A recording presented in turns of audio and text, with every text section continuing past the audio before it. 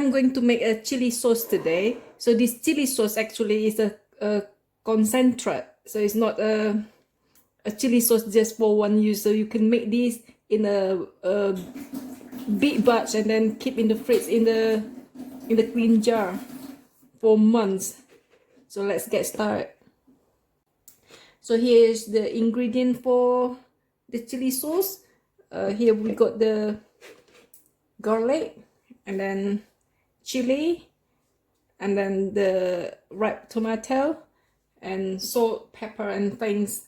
So all the ingredients I'm going to write down in the description box. We need to cut the chilies into smaller pieces. This will help us with the blending later, make it easier.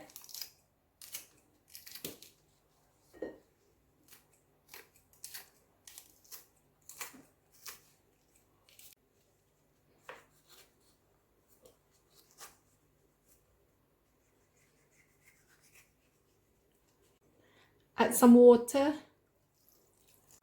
rice wine vinegar, thin soy sauce, and we're gonna bleach them off with a stick blender.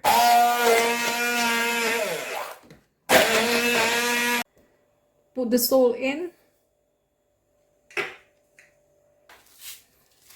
Gradually add some sugar as we blend it.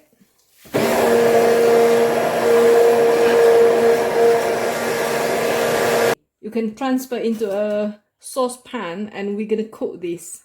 If you want some extra chocolate, yeah, right? I booked tickets to our show 18 months ago and they cancelled it last month.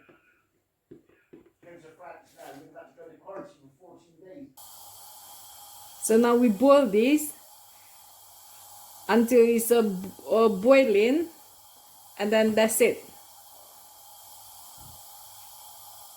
This is it. Your Sriracha sauce homemade is done, and this is, I promise you, this is so much better than the store-bought one.